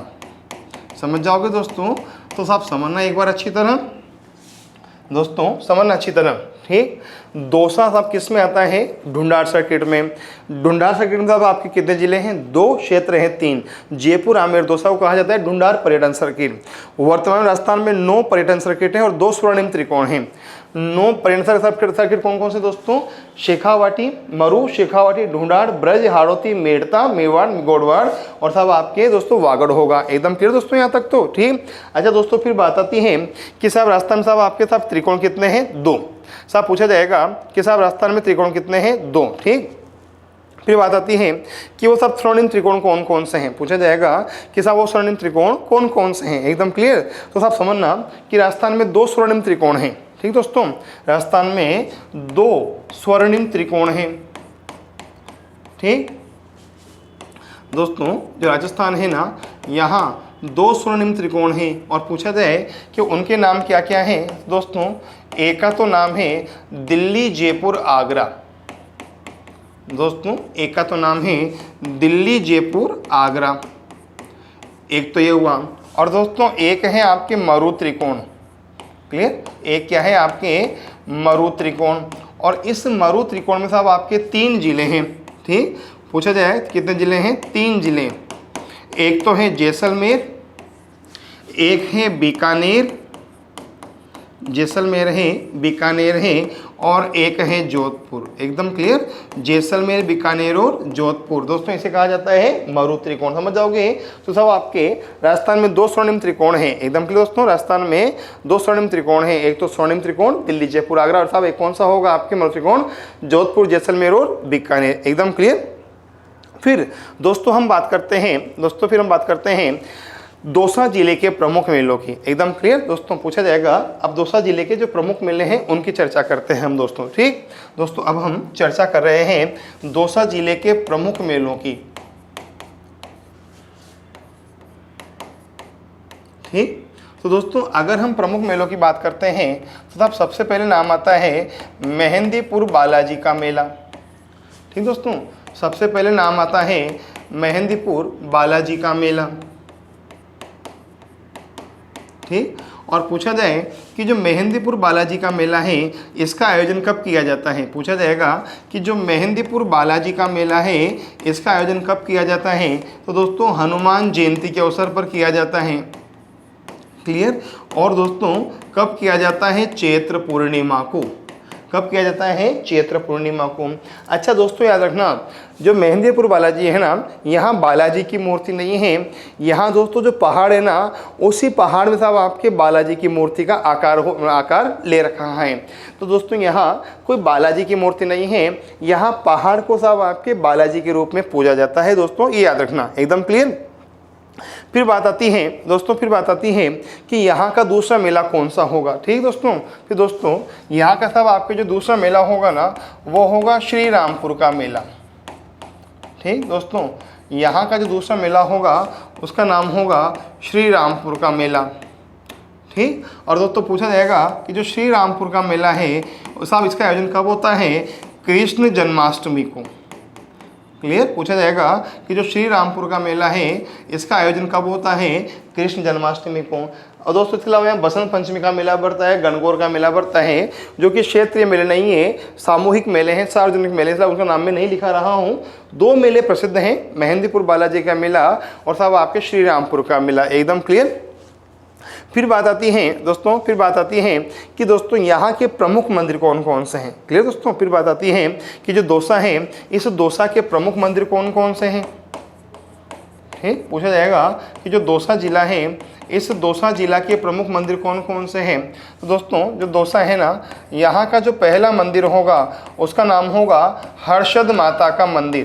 ठीक दोस्तों, यहाँ सब आपके जो एक मंदिर है उसका नाम है हर्षद माता का मंदिर। ठीक, अब सब समझना दोस्तों, जो हर्षद माता का मंदिर है ना दोस्तों, साहब आपके वास्तव में ये माता का मंदिर नहीं है, यहाँ सब आपके ये वैष्णव मंदिर है दोस्तों। ये सब क्या है कि यहाँ वैष्णव मंदिर है। और दोस्तों साहब आपके यहाँ भगवान विष्णु की पूजा की जाती है। दोस्तों यहाँ ये वैष्णव मंदिर है और दोस्तों इस मंदिर में भगवान विष्णु की पूजा की जाती है। समझ जाओगे कि दोस्तों ये एक वैष्णव मंदिर है और साहब आपके यहाँ भगवान विष्णु की पूजा की जाती है, न कि साहब आपके हर्षद माता की पूजा की जाती है। एकदम क्लियर। फिर साहब आपकी बात आती है कि इसके अलावा साहब आपके यहाँ कौन सा मंदिर है। ठीक, तो साहब आपके दोस्तों सब सुना, इसके अलावा साहब आपके दोस्तों यहाँ एक मंदिर है, साहब आपके वहाँ पंचमुखी शिव जी का मंदिर है। एकदम क्लियर दोस्तों। यहाँ साहब आपके एक मंदिर है दोस्तों, दोस्तों में एक मंदिर और है और साहब आपके उसे कहा जाता है पंचमुखी शिव मंदिर। क्लियर दोस्तों, यहाँ एक मंदिर है और साहब आपके उसका नाम है पंचमुखी शिव मंदिर। ठीक, फिर पूछा जाए कि अगर पंचमुखी शिव मंदिर है तो 5 मुख कौन कौन से हैं। तो साहब आपके पहले साहब आपके जो एक है ना उसका नाम है साहब आपके सहजमुख। क्लियर, या सहजनाथ। या साहब आपके शिव जी के 5 रूप हैं, एक का नाम है सहजनाथ। ठीक, एक का नाम साहब आपके दोस्तों सोमनाथ। यह सब आपके शिव जी के 5 रूपों की पूजा होती है, सहजनाथ, सोमनाथ, दोस्तों गुप्तेश्वर, ये बहुत सा प्रसिद्ध है दोस्तों गुप्तेश्वर दौसा जिले में। एकदम क्लियर दोस्तों। सब आपके एक होगा बेजड़नाथ, ये सब आपके यहाँ शिव के 5 रूप हैं। ठीक, और दोस्तों एक होगा नीलकंठ। क्या होगा? नीलकंठ। तो सब आपके यहाँ शिव जी के 5 मंदिर स्थित हैं। यह सब आपके पंचमुखी शिव जी सब आपके दौसा में स्थित हैं। और सब आपके पंचमुख कौन कौन से? सहजनाथ, सोमनाथ, गुप्तेश्वर, बेजड़नाथ और सब आपके नीलकंठ होगा। एकदम क्लियर। ये 2 मंदिर साहब हुए। क्लियर दोस्तों। फिर दोस्तों बात आती है कि यहाँ सब आपके और तीसरा मंदिर कौन सा होगा। ठीक, बात आती है कि यहाँ तीसरा मंदिर कौन सा होगा। तो दोस्तों ध्यान रखना, दादू दयाल जी के शिष्य का नाम था सुंदरदास जी। ठीक दोस्तों, जो दादू दयाल जी हैं इनके शिष्य का नाम था सुंदरदास जी। ठीक, और दोस्तों जो सुंदरदास जी का मंदिर है, दोस्तों जो दादू दयाल जी है ना इनके शिष्य का नाम था सुंदरदास जी। और दोस्तों जो सुंदरदास जी का मंदिर है ना वो भी कहाँ है? आपके दौसा जिले में है। ठीक, फिर बात आती है कि दोस्तों फिर बात आती है कि साहब आपके जो सुंदरदास जी का मंदिर है ना ये सब आपके दौसा में किस स्थान पर है। तो आप क्या बताओगे कि साहब आपके इनका जो मंदिर है ना वो दौसा में एक स्थान है दोस्तों, गेट लो। क्या है? Get low. वहाँ सब आपके इनका मंदिर स्थित है। ठीक, पहली बात। दूसरी बात पूछा जाएगा कि जो सुंदरदास जी हैं इनके गुरु का नाम क्या था। पूछा जाएगा कि साहब आपके जो सुंदरदास जी हैं इनके गुरु का नाम क्या था। तो आप क्या बताओगे? दादू दयाल। क्लियर। पूछा जाए कि जो सुंदरदास जी हैं इनके गुरु का नाम क्या था। तो आप क्या बताओगे? दादू दयाल। ठीक, और पूछा जाए कि दादू दयाल के गुरु का नाम क्या था। तो आप क्या बताओगे? कबीर। ठीक, पूछा जाए कि दादू दयाल के गुरु का नाम क्या था? कबीर। और पूछा जाए कि कबीर के गुरु का नाम क्या था। तो आप क्या बताओगे? रामानंद। क्लियर। कबीर के गुरु का नाम क्या था? रामानंद। और ये पूछ लिया जाए कि रामानंद के गुरु का नाम क्या था। तो आप क्या बताओगे? राघवानंद। समझ जाओगे क्या? रामानंद के गुरु का नाम क्या था? राघवानंद। और पूछा जाए कि राघवानंद के गुरु का नाम क्या था। पूछा जाए कि राघवानंद के गुरु का नाम क्या था। तो आप क्या बताओगे? रामानुजाचार्य। क्या नाम था? रामानुजाचार्य। समझ गए क्या दोस्तों? देखो हम गुरु से कहाँ पहुँच गए। ठीक, सुंदरदास जी का मंदिर गेट लो दौसा में है। इनके गुरु का नाम था दादू दयाल। दादू दयाल के गुरु का नाम था कबीर। कबीर के गुरु का नाम था रामानंद। रामानंद के गुरु का नाम राघवानंद। और राघवानंद के गुरु का नाम था रामानुजाचार्य। ठीक, और दोस्तों साहब आपके जो रामानुजाचार्य है ना दोस्तों, जो रामानुजाचार्य हैं इन्हें कहा जाता है रामानुज संप्रदाय का संस्थापक। क्लियर दोस्तों, इन्हें कहा जाता है रामानुज संप्रदाय का संस्थापक। समझ जाओगे क्या दोस्तों, इन्हें क्या कहा जाता है, रामानुज संप्रदाय का संस्थापक। ठीक, पहली बात। दोस्तों दूसरी बात, दोस्तों इनके द्वारा एक सिद्धांत दिया गया था और उस सिद्धांत का नाम था विशिष्टाद्वैतवाद। क्लियर, तो था पूछा जाए कि विशिष्टाद्वैतवाद के जनक कौन हैं, रामानुजाचार्य। ठीक, और दोस्तों जो रामानुज संप्रदाय है ना, इसे कहा जाता है श्री संप्रदाय। तब आपके जो रामानुज संप्रदाय था, इसे क्या कहा जाता है, श्री संप्रदाय, क्योंकि रामानुज संप्रदाय में सीता की पूजा लक्ष्मी के रूप में होती है। एकदम क्लियर दोस्तों, रामानुज संप्रदाय में साहब आपके सीता की पूजा साहब किसके रूप में होती है, लक्ष्मी के रूप में होती है। एकदम क्लियर। अगली बात, फिर बात आती है कि सब आपके साथ जो सुंदरदास जी हैं, इनके पिता का नाम क्या था। क्लियर, पूछा जाएगा कि जो सुंदरदास जी हैं, इनके पिता का नाम क्या था। तो आप क्या बताओगे कि सुंदरदास जी के पिता का नाम था परमानंद। क्या नाम था, परमानंद।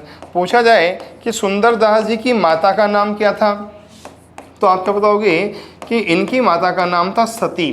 ठीक, और दोस्तों अगर ये भी पूछ लिया जाए कि जो सुंदरदास जी हैं, इनका उपनाम क्या था, तो दोस्तों आप क्या बताओगे कि दोस्तों जो सुंदरदास जी हैं, इन्हें कहा जाता है राजस्थान का दूसरा शंकराचार्य। ये दोस्तों जो सुंदरदास जी हैं, इन्हें कहा जाता है राजस्थान का दूसरा शंकराचार्य। समझ जाओगे क्या कि जो सुंदरदास जी हैं, इन्हें क्या कहा जाता है, राजस्थान का दूसरा शंकराचार्य। क्लियर। और दोस्तों साहब जो शंकराचार्य हैं, जो वास्तविक शंकराचार्य हैं दोस्तों, उनके द्वारा एक सिद्धांत दिया गया था अद्वैतवाद। समझ जाओगे दोस्तों, जो रियल शंकराचार्य हैं दोस्तों, उनके द्वारा एक सिद्धांत दिया गया था अद्वैतवाद। ठीक, और दोस्तों जो शंकराचार्य हैं ना, इन्हें कहा जाता है भक्ति आंदोलन का जनक। क्लियर दोस्तों, जो वास्तविक शंकराचार्य हैं, इन्हें कहा जाता है भक्ति आंदोलन का जनक। क्लियर दोस्तों, जब कभी आप इंडियन हिस्ट्री में भक्ति आंदोलन पढ़ोगे तो वहाँ पढ़ाऊंगा आपको। ठीक, पिता का नाम परमानंद, माता का नाम सब आपके सती, और इन्हीं का जाता राजस्थान का दूसरा शंकराचार्य किसे, सुंदरदास जी को। सुंदरदास जी राजस्थान के दूसरे शंकराचार्य कहलाते हैं, और जो वास्तविक शंकराचार्य हैं वह अद्वैतवाद के जनक कहलाते हैं, और भक्ति आंदोलन आपके जनक कहलाते हैं। एकदम क्लियर। फिर बात आती है कि साहब जो दोस्तों फिर बात आती है कि दोस्तों जो सुंदरदास जी हैं, इन्होंने किसकी स्थापना की थी। ठीक, पूछा जाएगा कि साहब आपके जो साहब सुंदरदास जी हैं, इन्होंने किसकी स्थापना की थी। तो साहब आपके बताओगे कि साहब आपके जो साहब सुंदरदास जी हैं, इन्होंने नागा संप्रदाय की स्थापना की थी। समझो दोस्तों, पूछ लिया जाए कि जो सुंदरदास जी हैं, इन्होंने किसकी स्थापना की थी, तो आप क्या बताओगे कि सुंदरदास जी ने नागा संप्रदाय की स्थापना की थी। एकदम क्लियर। अगर पूछा जाए कि सुंदरदास जी की रचनाएं कौन कौन सी हैं, तो आप क्या बताओगे कि इनकी रचनाओं में एक तो है ज्ञान समुद्र। क्लियर दोस्तों, जो इनकी रचनाएं हैं ना, उसमें एक तो है ज्ञान समुद्र। ठीक दोस्तों, इनकी एक रचना का नाम है ज्ञान सवैया। एक तो है ज्ञान समुद्र, एक का नाम है ज्ञान सवैया। ठीक दोस्तों, एक का नाम है सुंदर सागर। ठीक, और एक का नाम है सुंदर ग्रंथावली। ठीक, ज्ञान समुद्र, ज्ञान सवैया, सुंदर ग्रंथावली, सुंदर सागर, ये सब आपके सुंदरदास जी साहब आपके प्रसिद्ध रचनाएं हैं। समझ जाओगे दोस्तों यहाँ तक। ठीक, फिर दोस्तों बात आती है कि इसके अलावा साहब आपके दौसा में और कौन सा मंदिर है। एकदम क्लियर दोस्तों, पूछा जाएगा कि साहब दौसा में और कौन सा मंदिर है। ठीक, तो आप समझना कि साहब दौसा में एक मंदिर और है। दौसा में दोस्तों एक मंदिर और है, और दोस्तों वो है साहब आपके यहाँ नाथ संप्रदाय का गुरुद्वारा है। क्लियर दोस्तों, जो दौसा है यह सब आपके नाथ संप्रदाय का गुरुद्वारा है सब आपके कहाँ, दौसा में। ठीक, और पूछा जाए कि साहब आपके ये गुरुद्वारा कहाँ है, तो दोस्तों दौसा में एक स्थान है हिंगवा। ठीक, और दोस्तों इस हिंगवा दौसा में नाथ संप्रदाय का गुरुद्वारा है। ठीक, फिर बात आती है दोस्तों कि जो नाथ संप्रदाय है, इस नाथ संप्रदाय का जनक किसे कहा जाता है। बात आती है कि जो नाथ संप्रदाय है, इसका जनक किसे कहा जाता है, तो आप क्या बताओगे, मछेंद्र नाथ को। पूछा जाए कि साहब आपके इसका जनक किसे कहा जाता है, मछेंद्रनाथ को। मछेंद्रनाथ को आपके नाथ संप्रदाय का जनक कहा जाता है। समझ जाओगे दोस्तों, ठीक। पूछा जाएगा कि साहब आपके यहाँ नाथ संप्रदाय जनक कौन है दोस्तों, आपके मछेंद्रनाथ है। एकदम क्लियर। फिर दोस्तों बात आती है कि साहब आपके यहाँ दोस्तों फिर बात आती है कि साहब आपके दौसा जिले में प्रमुख दरगाह कौन सी हैं। क्लियर। पूछा जाएगा कि साहब आपके दौसा जिले में प्रमुख दरगाह कौन सी हैं, तो आप क्या बताओगे कि साहब दौसा में एक दरगाह है और उसका नाम है जमाल शाह की दरगाह। ठीक, दौसा में एक दरगाह है और दोस्तों उसका नाम क्या है, जमाल शाह की दरगाह।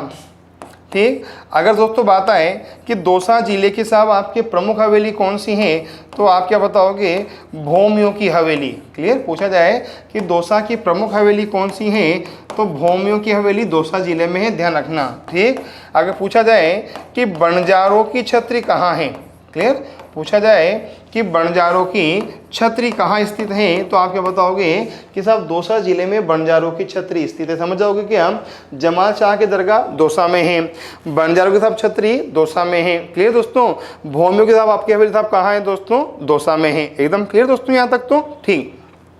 फिर दोस्तों बात आती है कि साहब दौसा में साहब आपके एक बहुत ऐतिहासिक बावड़ी भी है। ठीक। अच्छा दोस्तों ध्यान, पूछा जाए कि साहब आपके इस छत्री में कितने स्तंभ हैं, 6 स्तंभ हैं। साहब कितने स्तंभ हैं, 6 स्तंभ। ठीक। फिर बात है दोस्तों दौसा में साहब आपके एक ऐतिहासिक बावड़ी है और उसका नाम है चांद बावड़ी। क्लियर दोस्तों। दौसा में एक बहुत ऐतिहासिक बावड़ी है। ठीक दोस्तों, उसका नाम है चांद बावड़ी। क्या नाम है, चांद बावड़ी। दोस्तों ये पूछा जाएगा कि जो चांद बावड़ी है ना, ये कहाँ आती है, आभानेरी में। कहाँ आती है, आभानेरी में आती है। ठीक, पहली बात। दूसरी बात दोस्तों समझना दोस्तों, दूसरी बात दोस्तों ये है भारत की सबसे गहरी बावड़ी। क्लियर दोस्तों। इसे कहा जाता है भारत की सबसे गहरी बावड़ी। ठीक। पूछा जाएगा दोस्तों कि भारत की सबसे गहरी बावड़ी कौन सी है, चांद बावड़ी। अच्छा पूछा जाएगा कि साहब आपके जो चांद बावड़ी है ना, इसका निर्माण किसने कराया था, तो आप क्या बताओगे कि इसका निर्माण कराया था प्रतिहार शासक मिहिर भोज ने। क्लियर दोस्तों। पूछा जाएगा कि इसका निर्माण किसने कराया था, प्रतिहार शासक मिहिर भोज ने। और दोस्तों जो मिहिर भोज है ना, जो मिहिर भोज है इसे कहा जाता है आदि वराह।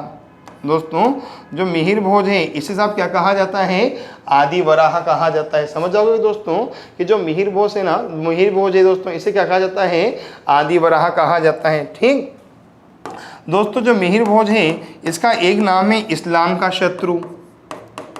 क्लियर दोस्तों, जो मिहिर भोज है इसका एक नाम क्या है, इस्लाम का शत्रु। एकदम क्लियर। और साहब पूछा जाएगा कि मिहिर भोज को इस्लाम का शत्रु किसने कहा था, अरब यात्री सुलेमान ने। क्लियर। जो मिहिर भोज है इसे साहब आपके इस्लाम का शत्रु साहब किसने कहा था दोस्तों, सुलेमान ने। ठीक। और दोस्तों जो मिहिर भोज है ना, इसे कहा जाता है प्रतिहारों का पितृहंता।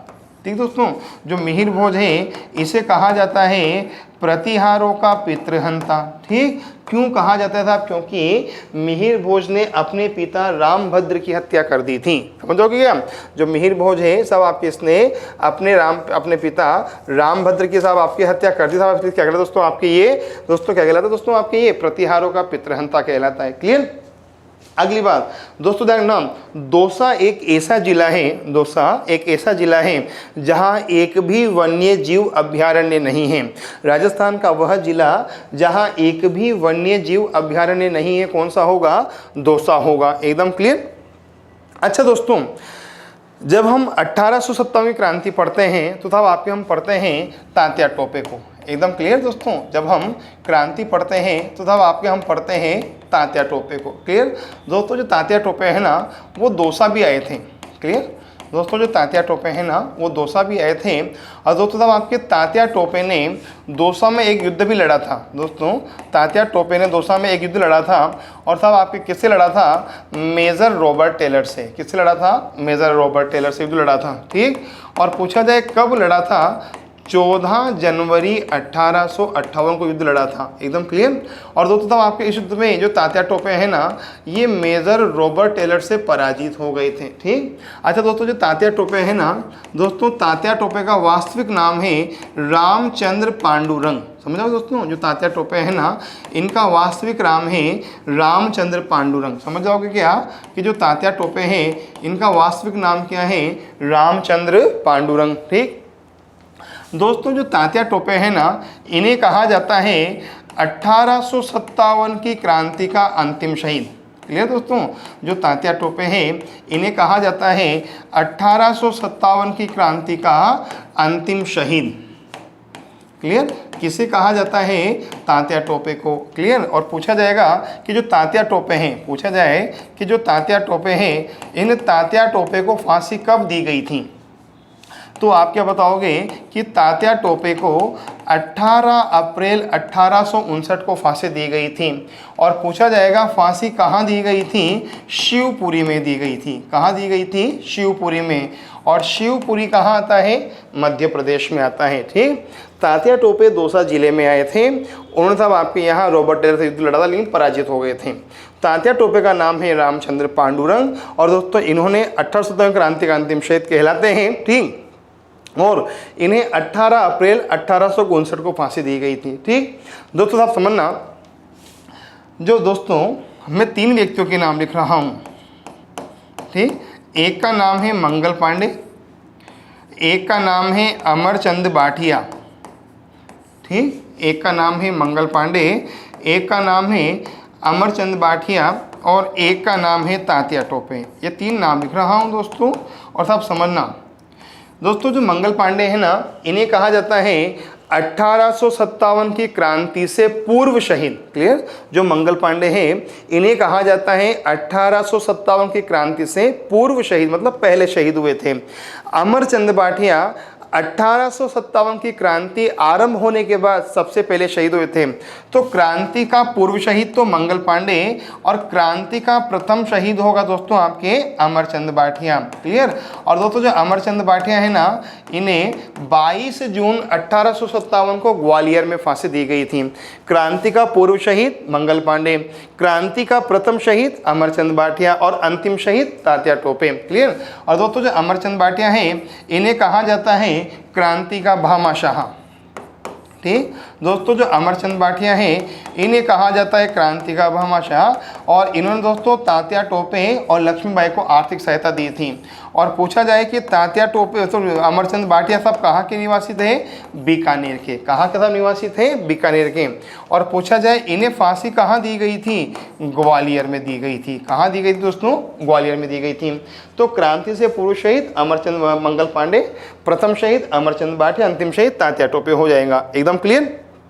अगली बात दोस्तों साहब आपकी फिर बात आती है कि साहब आपकी जो तात्या दोस्तों फिर बात आती है कि दौसा और किन कामों के लिए प्रसिद्ध है। साहब समझना, दौसा दोस्तों, दौसा में साहब आपके एक स्थान है सिकंदरा।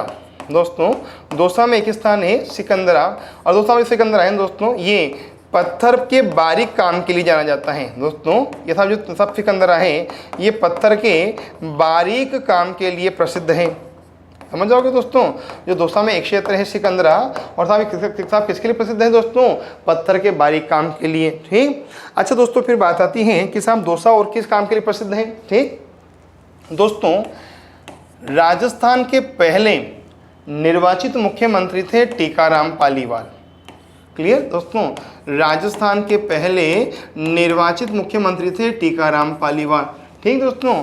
और दोस्तों जो टीकाराम पालीवाल है ना, इनका साहब आपका जो जन्म है वो साहब आपके कहाँ हुआ था? दौसा में हुआ था। कहाँ हुआ था? दौसा में। और पूछा जाए साहब आपके दौसा में किस क्षेत्र में हुआ था? महुआ में हुआ था। समझ जाओगे क्या? राजस्थान के पहले निर्वाचित मुख्यमंत्री हैं टीकाराम पालीवाल। और साहब आपके इनका दोस्तों जो जन्म है ना वो सब कहाँ हुआ था दोस्तों? आपके दौसा के महुआ गाँव, महुआ तहसील में हुआ था। अगर गाँव का नाम भी साहब आपसे पूछ लिया जाए तो दोस्तों टीकाराम, दोस्तों गाँव का नाम पूछा जाए तो साहब आपके उसका नाम है मंडावर। क्या नाम है? मंडावर। एकदम क्लियर। तो राजस्थान के जो पहले निर्वाचित मुख्यमंत्री टीकाराम पालीवाल, इनका जन्म दौसा में हुआ था, महुआ के मंडावर गांव में हुआ था। ठीक दोस्तों, पूर्व केंद्रीय मंत्री राजेश पायलट, क्लियर दोस्तों।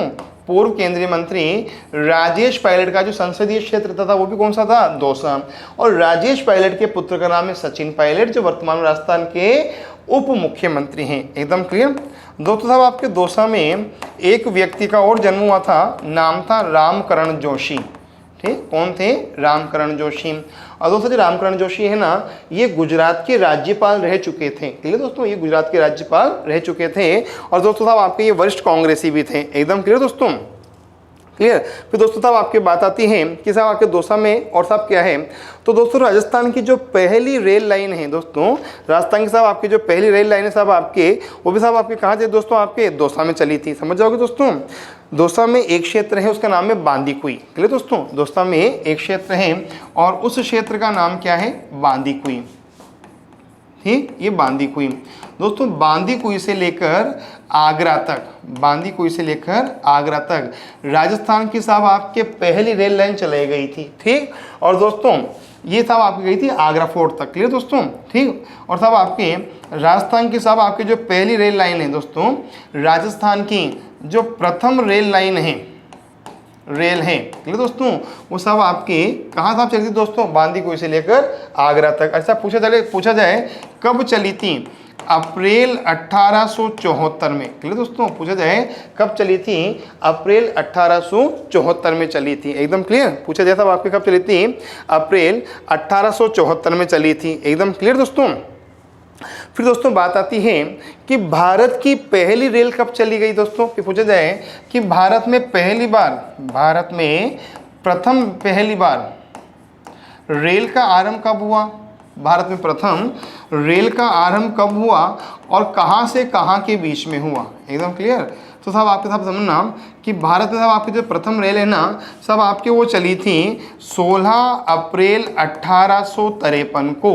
कब चली थी दोस्तों, 16 अप्रैल 1853 को। और दोस्तों किसने चलवाई थी, डलहौजी ने चलवाई थी। कहाँ से कहाँ के बीच में चली थी, बम्बई से लेकर ठाणे के बीच में चली थी।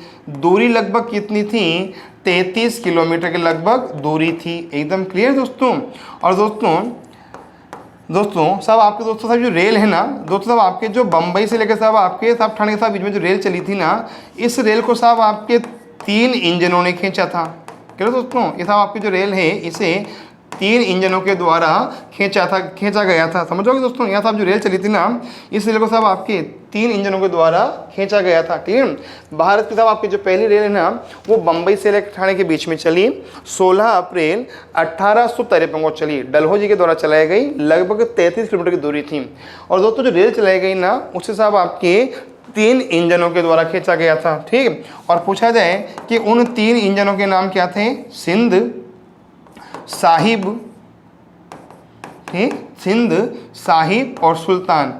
इन तीनों के द्वारा साहब आपके इसे खींचा गया था रेल को। एकदम क्लियर। अच्छा पूछ लिया जाए कि साहब आपकी जो पहली रेल साहब आपके भारत में चलाई गई। क्लियर दोस्तों। पूछा जाएगा कि साहब आपके जो पहली रेल साहब आपके भारत में चलाई गई वो किसने बनाई थी। पूछा जाएगा कि साहब आपकी जो पहली रेल भारत में चलाई गई ये सब किस कंपनी ने बनाई थी। ठीक। तो दोस्तों उस कंपनी का नाम है द ग्रेट इंडियन।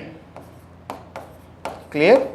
दोस्तों उस कंपनी का नाम है the Great Indian Peninsular. Clear दोस्तों, the Great Indian Peninsular railway company. Clear. इसके द्वारा साहब आपकी रेल बनाई गई थी और साहब आपके इसी साहब खींचा था दोस्तों सिंध, साहिब और सुल्तान नामक 3 इंजनों ने। दोस्तों ये था आपका जिला दौसा और साहब जिला दौसे की विशेषताएं। समझ जाओगे, ये था आपका जिला दौसा और दौसा की विशेषताएं। मैं उम्मीद करता हूं कि दोस्तों आपको राजस्थान जिला दर्शन अन्य जिलों की तरह आज भी पसंद आ रहा होगा। दोस्तों आप इसी तरह हमसे जुड़े रहिए और अधिक से अधिक संख्या में हमारे वीडियो को शेयर करिए, लाइक करिए, सब्सक्राइब करिए। आपके सुझाव कमेंट बॉक्स में देते रहिए और हमें प्रेरित करते रहिए, हम आपके साथ और अच्छा और सर्वोत्तम कर सकें।